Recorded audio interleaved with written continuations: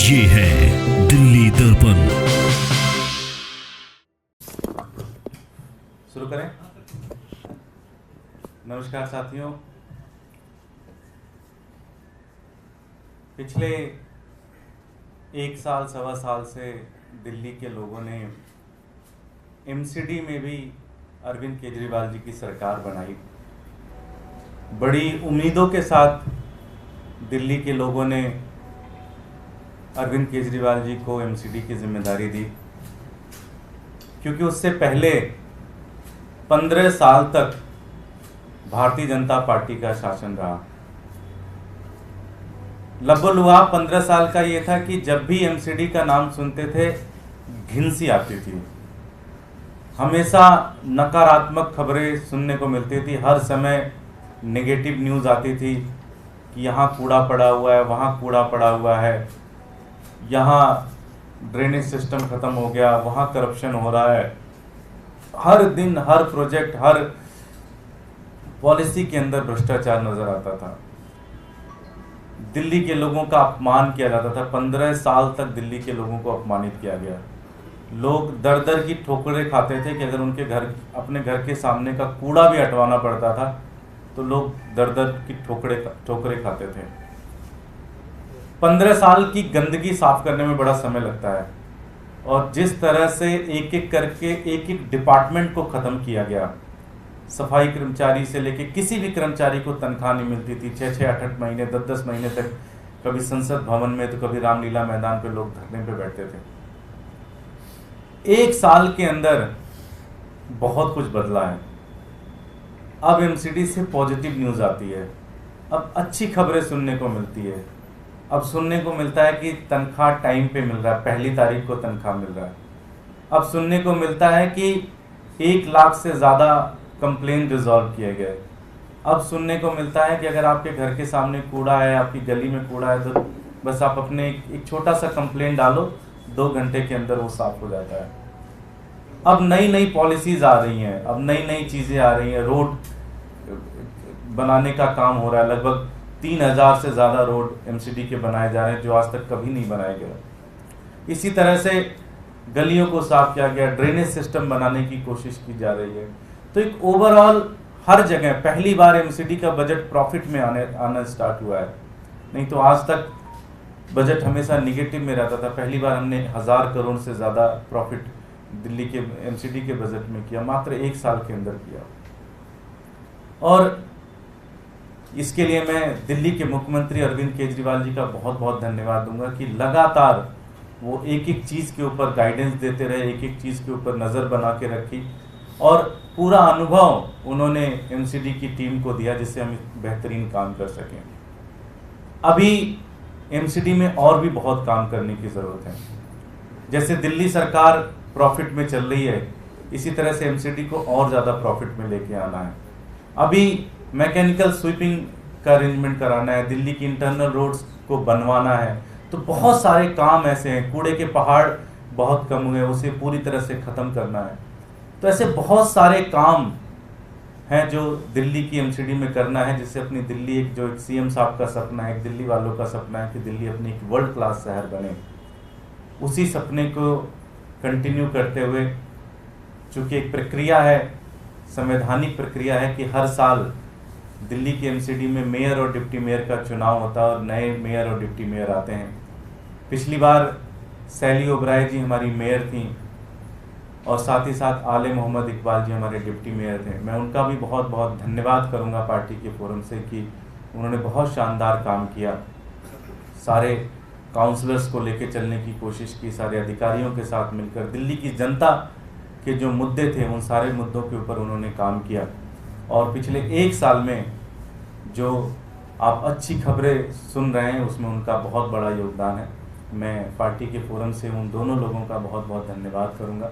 साथ ही सभी काउंसलर्स का जो दिन रात मेहनत कर रहे हैं, दिन रात काम कर रहे हैं, लगातार अपने क्षेत्र में एक्टिव हैं, लगातार हर दिन कोई ना कोई मुद्दा लेके हमारे पास आते हैं, मेयर के पास जाते हैं, पार्टी के फोरम में आते हैं कि हमारे वार्ड में ये कमियां हैं, इसको ऐसे ठीक कराइए, कमिश्नर साहब से मिलते हैं।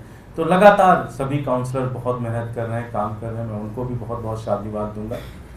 आज चूँकि एमसीडी में जो नए मेयर और डिप्टी मेयर चुनने की प्रक्रिया की शुरुआत हो गई है। आज नॉमिनेशन है। मैं दिल्ली प्रदेश के अध्यक्ष और पार्टी के सीनियर साथी पीएसी के मेंबर गोपाल राय जी से मैं निवेदन करूंगा कि आगे की प्रक्रिया हमें बताएं और कौन इस बार कैंडिडेट होंगे उनके बारे में भी चर्चा करें।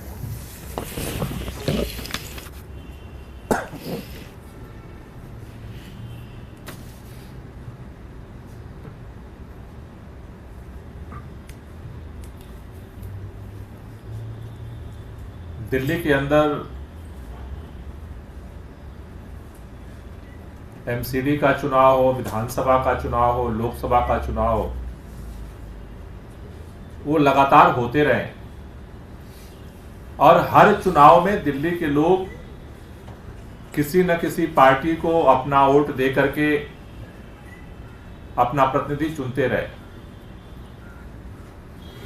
लेकिन दिल्ली की राजनीति में अरविंद केजरीवाल जी के आम आदमी पार्टी के उदय के पश्चात काम की राजनीति शुरू हुई। दिल्ली सरकार ने अरविंद केजरीवाल जी के नेतृत्व में जिस तरह से बिजली, पानी, स्कूल, अस्पताल, महिलाओं की यात्रा, बुजुर्गों की तीर्थ यात्रा जैसे कामों की झड़ी लगाई, इस काम की राजनीति से दिल्ली के लोगों के दिलों में अरविंद केजरीवाल और आम आदमी पार्टी जगह बनाते गए और दूसरी तरफ भारतीय जनता पार्टी की नकारात्मक राजनीति से लोग धीरे धीरे दूर होते गए। दिल्ली में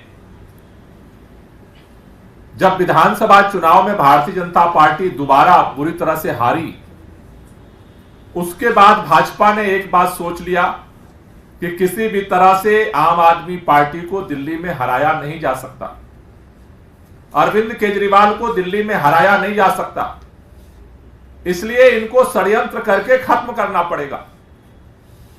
और उस षड्यंत्र का सिलसिला शुरू हुआ। एमसीडी चुनाव मार्च में होने थे, उससे पहले ही सत्येंद्र जैन जी को गिरफ्तार कर लिया गया। उसके बाद एमसीडी चुनाव पोस्टपोन कर दिया गया। आप सबको याद होगा कि एमसीडी चुनाव की घोषणा के लिए चुनाव आयोग ने प्रेस कॉन्फ्रेंस बुलाई और उस प्रेस कॉन्फ्रेंस में चुनाव की घोषणा करने की जगह कहे कि चुनाव पोस्टपोन किया जा रहा है।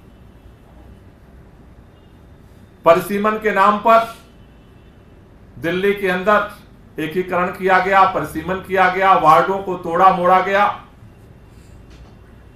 निगेटिव दुष्प्रचार किया गया, एक साल लगातार दुष्प्रचार किया गया, झूठे आरोप लगाए गए। उसके बाद फिर जब गुजरात का चुनाव हो रहा था, उस समय इनको लगा कि अरविंद केजरीवाल तो गुजरात में है, एमसीडी का चुनाव कराएंगे और हम जीत जाएंगे। लेकिन दिल्ली विधानसभा से जिस तरह से भाजपा की विदाई किया था दिल्ली के लोगों ने, एमसीडी के चुनाव में भी इन सारे षड्यंत्र और सारे दुष्प्रचार के बावजूद दिल्ली के लोगों ने भारतीय जनता पार्टी की विदाई की। उसके बाद भाजपा और बौखला गई है और अब हम सबको पता है, उसके बाद उस हार के बाद मनीष सिसोदिया को गिरफ्तार किया गया और अब दिल्ली के मुख्यमंत्री अरविंद केजरीवाल को भी झूठे आरोपों में तिहाड़ जेल के अंदर बंद कर दिया गया है। ऐसे में दिल्ली की जनता विधानसभा से भाजपा की विदाई कर चुकी है, एमसीडी से भाजपा की विदाई कर चुकी है। एक साल में जिस तरह से वही एमसीडी है जो 15 सालों में सबसे टॉप नकारात्मक मार्किंग में चली गई थी, आज वही एमसीडी है कि धीरे धीरे अपने पॉजिटिव सूचकांक को आगे बढ़ा रही है। अपने काम के दम पर विधानसभा से भी हमने विदाई की, एमसीडी से भी विदाई की है और ये लोकसभा में जिस तरह से अरविंद केजरीवाल को, उनके काम को गिरफ्तार किया गया है, अपमानित किया जा रहा है, इस जेल का जवाब वोट से दिल्ली की जनता लोकसभा चुनाव में भी देगी। चूंकि जो मेयर चुनने की प्रक्रिया है उसमें हर साल मेयर का चुनाव होता है। इस साल रिजर्व कैटेगरी से मेयर का चुनाव होना है। उसके लिए पार्टी ने निर्णय लिया है कि इस बार आम आदमी पार्टी की तरफ से मेयर के जो कैंडिडेट होंगे वो महेश खिच्ची होंगे। महेश खिच्ची, KHICHI। महेश खिच्ची करोलबाग विधानसभा में देवनगर वार्ड 84 से हमारे काउंसलर हैं। ये करोलबाग विधानसभा के अंदर देवनगर वार्ड में काफी लंबे समय से पार्टी के लिए काम करते रहे। ग्रासरूट स्तर से पार्टी पर इन्होंने काम शुरू किया था। सबसे पहले हमारी पार्टी के बूथ अध्यक्ष बने थे, बूथ प्रेसिडेंट बने थे। उसके बाद वार्ड प्रेसिडेंट बने। वार्ड प्रेसिडेंट के बाद RWA के विधानसभा के प्रेसिडेंट बने। इन्होंने दिल्ली के साथ साथ पार्टी के लिए देश के अलग अलग राज्यों में, हिमाचल प्रदेश में, उत्तराखंड में, यूपी में, छत्तीसगढ़ में पार्टी के लिए अलग अलग चुनावी कैंपेन में इन्होंने हिस्सेदारी की। और उसको देखते हुए पार्टी ने इनको देवनगर वार्ड से कैंडिडेट बनाया था और वहां से ये जीते। और पिछले 1 साल से इन्होंने जिस तरह से ग्राउंडेड होकर के काम किया है, उसको देखते हुए, जमीनी स्तर से जुड़े होने के कारण, जनता के साथ सीधे संवाद होने के कारण और IAC के समय से ये पार्टी और आंदोलन के लिए काम करते रहे, उसको देखते हुए पार्टी ने इन्हें इस टर्म के लिए मेयर कैंडिडेट बनाने का निर्णय लिया है। महेश खिच्ची जी BCom हैं। मोतीलाल नेहरू कॉलेज से इन्होंने साउथ कैंपस दिल्ली विश्वविद्यालय से BCom किया है और लगातार प्रारंभिक दिनों से ही पार्टी और आंदोलन के लिए काम करते रहे। तो आज पार्टी मेयर कैंडिडेट के रूप में महेश खिच्ची का अभी 12 बजे नॉमिनेशन जो है वो कराएगी। मेयर के साथ साथ डिप्टी मेयर के लिए रविंदर भारद्वाज को पार्टी अपना कैंडिडेट बना रही है। रविंदर भारद्वाज भी आंदोलन के समय से ही पार्टी से जुड़े हैं। ये सेकेंड टाइम काउंसलर है। अमन विहार वार्ड किराड़ी विधानसभा के अंदर है 41 अमन विहार वार्ड। ये 41 अमन विहार वार्ड किराड़ी विधानसभा से पिछली बार भी काउंसलर थे और इस बार भी वो काउंसलर चुने गए। 2017 से 2022 तक काउंसलर थे, पिछली बार भी पार्टी की तरफ से। पिछली बार नॉर्थ MCD में हमारे स्टैंडिंग कमेटी के मेंबर थे 2019 से 2021 तक। वर्क कमेटी और अपॉइंटमेंट कमेटी में भी मेंबर रहे। ये काफी, इन्होंने भी आंदोलन के समय ही ज्वाइन किया था और तब से लगातार पार्टी में काम करते रहे। इन्होंने भी हमने सबसे पहले शुरू में पार्टी में लोकल प्रभारी बनाए थे, तो लोकल प्रभारी सबसे पहले ये बने थे। उसके बाद बूथ अध्यक्ष रहे, फिर मंडल प्रेसिडेंट रहे और फिर वार्ड पे इन्होंने काम किया और पार्टी ने फिर इनको पिछली बार काउंसलर बनाया था और इस बार दोबारा काउंसलर बने। ये इनकी जो एज है वो 35 है रविंदर भारद्वाज की। महेश खिच्ची की जो एज है वो 45 है। तो इस बार पार्टी ने महेश खिच्ची को मेयर कैंडिडेट के लिए और रविंदर भारद्वाज को डिप्टी मेयर कैंडिडेट के लिए जो है इस बार अभी नॉमिनेशन करने का डिसाइड किया है, अपना कैंडिडेट बनाया है।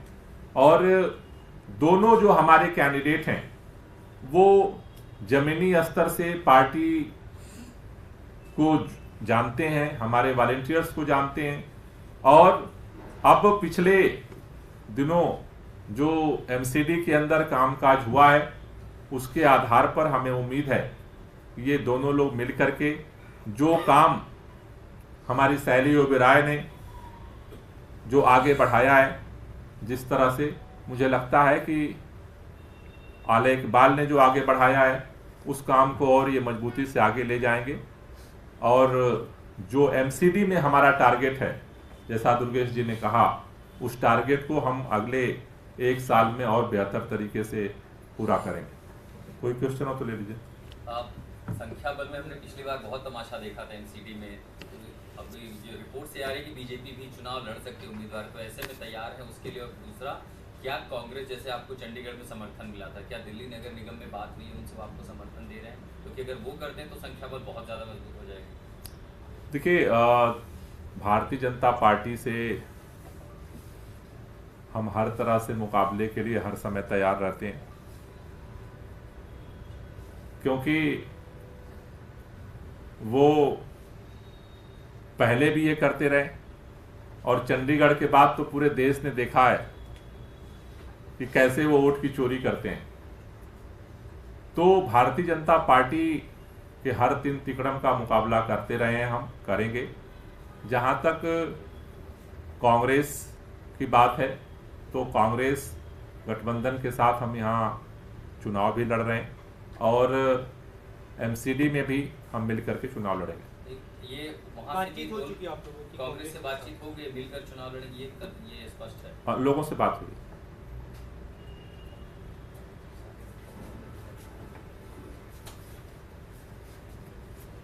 Okay, thank you.